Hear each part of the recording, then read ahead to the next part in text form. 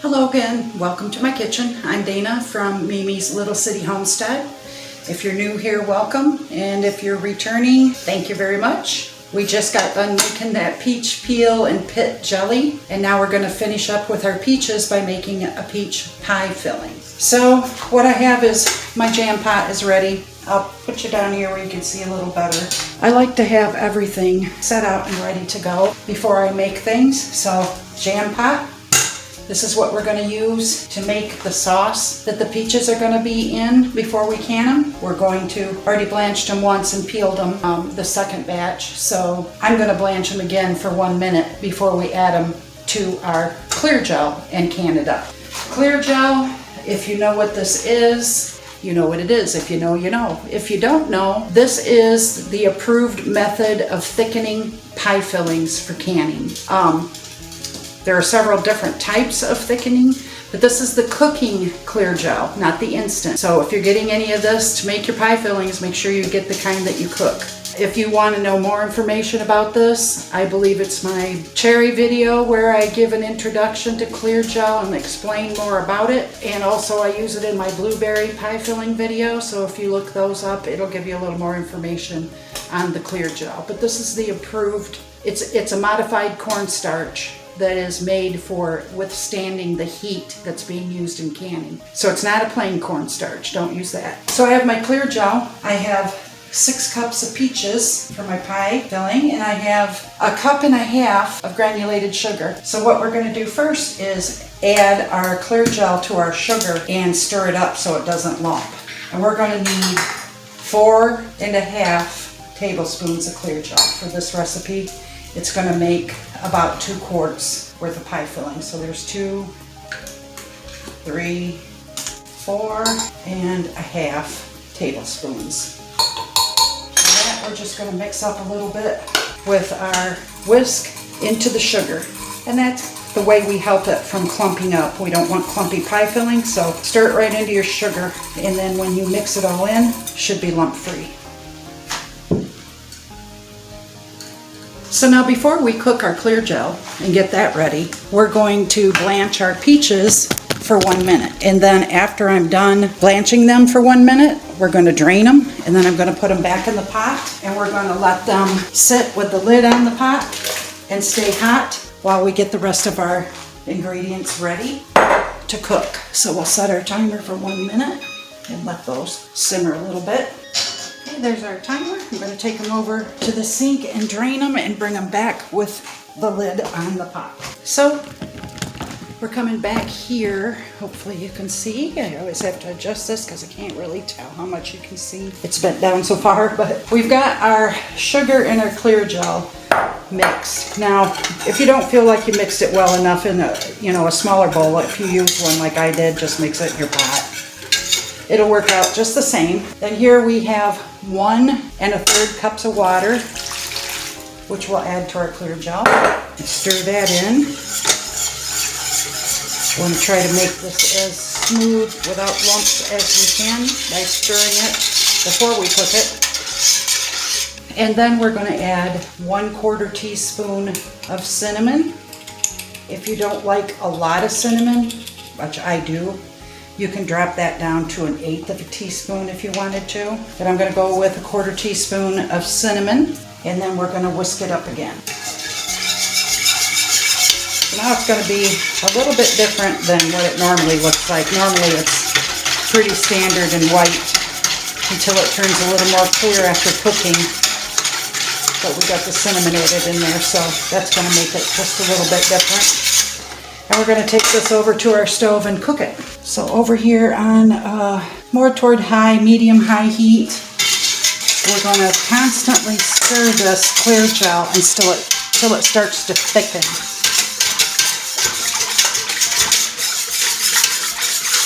And now that I got my cinnamon pretty much mixed in there pretty well, I'm going to switch over to my spatula so I can make sure those edges and corners, doesn't have any clear gel hiding in it, because we want this to cook all up together and thicken. Oh, and it smells good. I love that cinnamon. Shouldn't take very long for this. It's not a whole lot of water in here, so it won't take long to cook up. and thicken, and it will get quite thick, very thick. So at that point you want to stir this constantly, make sure that it doesn't scorch. Over here in my water bath canner I have my pint jars heating up.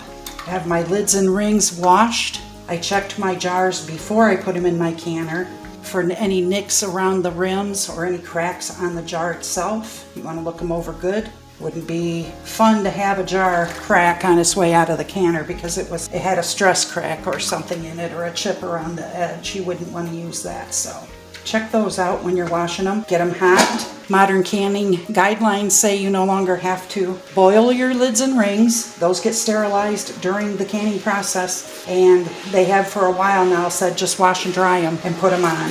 Now if you can hear that, it almost sounds like it's scorching, but I'm stirring it constantly. It's just getting thicker now and starting to really boil on the bottom of the pan. Once it reaches a good boil, we're going to set the timer for 1 minute and cook that up. I'm trying to bring you in there to see. I'm going to turn my heat down to a medium high. I had it more toward high. I don't want this to scorch at all. So we're going to cook it for that minute. Keep stirring it. And then when we're done with this, we're going to add 1/3 cup of lemon juice. We're going to use bottled lemon juice. Bottled lemon juice has a more standard acidity all the way throughout it, whereas if you used real lemons, they can vary in acidity from one to the next, and you might not have enough acidity for canning. So go with the bottled when you can. There's our timer. So now we're going to add our lemon juice. And as I said, it's 1/3 of a cup. Turn that burner back down. Shook this up really good before and we're going to give it a stir. Thinned it out a little bit, but we're going to put it back on our burner on medium heat and cook it for about another minute longer. Now that we've got the lemon in there, and as you can see, it's very thick. Okay, now we're going to take it back off our burner a little bit here, and we're going to add our hot peaches. All the juice and everything that's in the pan. I drained them really well. Oh boy, does that smell good. I'll turn it this way so I can hold the handle. Just kind of fold these in, but make sure you're still keeping it off the bottom so it's not scorching on a medium heat. And we're going to cook this for 3 more minutes. If you stir it too hard, you're going to break your peaches up. If that doesn't matter to you, which it doesn't to me. Mine are half broken anyway because they were pretty ripe when I sliced them all up. That's okay. It's going to thicken up and it's going to taste good. It's bubbling. It's almost, one that I can't stir down, but it's on a lower setting. I don't want to burn my peaches or my clear gel. Okay, our 3 minutes is up. I'm going to take this off the burner at this point, put it over here, put it on the island and get ready to jar it up. Okay, so I have a couple of extra jars in my canner that are just full of water to try to balance the canner out a little bit while it's boiling. This is our peach filling. Looks very good. Smells really good. And we're going to put it in our jars. See how mmany pints we get. Okay, so we have our funnel on. Going to just scoop in our pie filling. This needs to have about 1 inch of headspace. Pie filling does swell up while it's canning, and you don't want to have less than that. You could end up with siphoning. This will swell up and could possibly go underneath the lid, cause you not to get a good seal. So give it at least 1 inch to 1.25 inches of headspace. And that looks like we're going to get 3 pints, which is pretty good. I didn't expect that I would get 4. I was hoping I would get 4, but it didn't happen. That's okay. So let's see, what do we have? We're going to take our debubbling tool. I have a wet washcloth. I'm going to wipe him off right there. You got a little bit too much in there, but I'm going to go down through here before I adjust my headspace. Make sure there's no air bubbles in that. Same for all 3, because sometimes you'll have air bubbles and then that totally changes your headspace. You end up with needing to add more sometimes, but in my case it looks like I'm going to need to take some out. This spoon, because that's not quite 1.5 inches. This is closer to 1.5 inches right here. Same thing over here. Take a little bit out of this one. Get it down to the 1.5 inches. I overfilled them.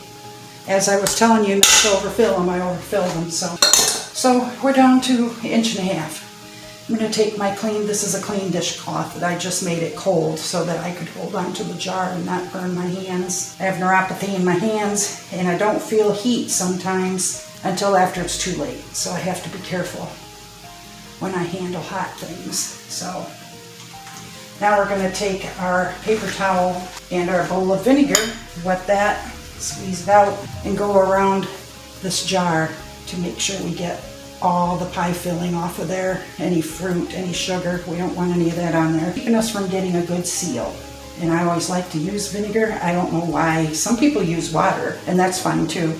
I just like to use vinegar because I kind of feel like it would do a good job on things that are greasy or sugary and sticky. So I just always go with the vinegar because when I'm done putting it on my jars, I throw it in my canner.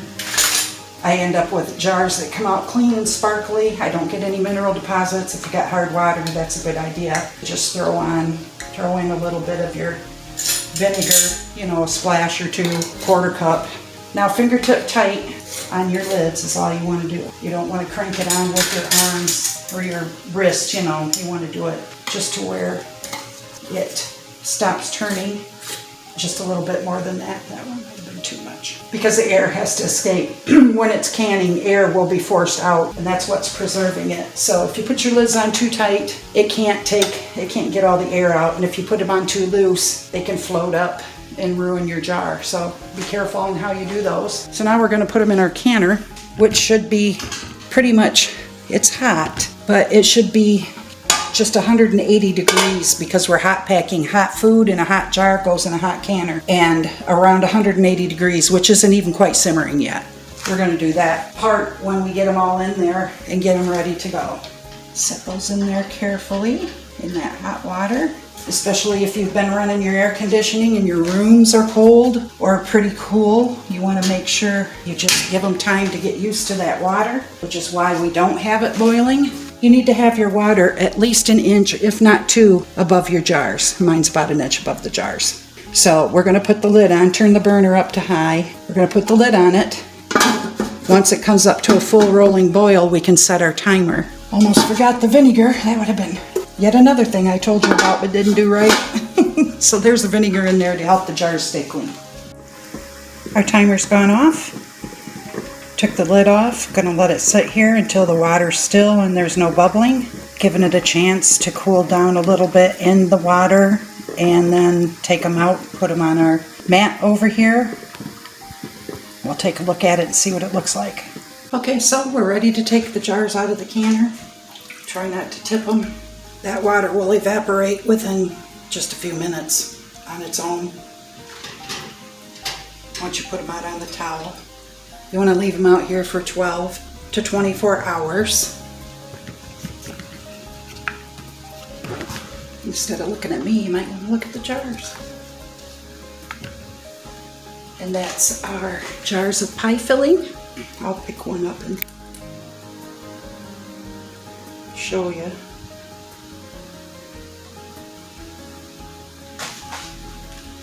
So there it is. It's pretty. And you can see it sitting right nicely in that filling there, so that'll be tasty when you take it out to make a pie with it, or whatever you want to make with it, cobbler, all kinds of stuff. So just to review for a second, we did a lot of peach stuff. First, I peeled my peaches for the first batch, made the peach jam and the pits and the peels from the previous day all together in a pan, and we made peach peel jelly with the pits and the peels, which is really tasty. You've got to see that video, because if you haven't ever made that, you're going to want to try it. It's really super good. And then now we've made our peach pie filling. So if you have any questions, just let me know in the comments. Also, just drop a heart in the comments and let me know that you watched this. And I'm grateful to have you along with me while I'm canning. I feel like I've got company while I'm doing it. I always say that because that's what it feels like. Thank you for subscribing, for all the subscribers that I have out there. You've really pushed my channel out, and I'm getting a lot more views, so I'm enjoying making a lot more videos. So if you like this video, please like and share it. And if you think you'd enjoy more videos like this, subscribe and hit the bell so that you don't miss any videos that come out. We've got more fruit to do for this summer, and then we're getting into the vegetables and the tomatoes soon, so we'll be doing those. Ketchup, spaghetti sauce, beans, all kinds of stuff. So thanks again for stopping by and hanging out with me. I appreciate it. And I'll talk to you later, guys. Bye.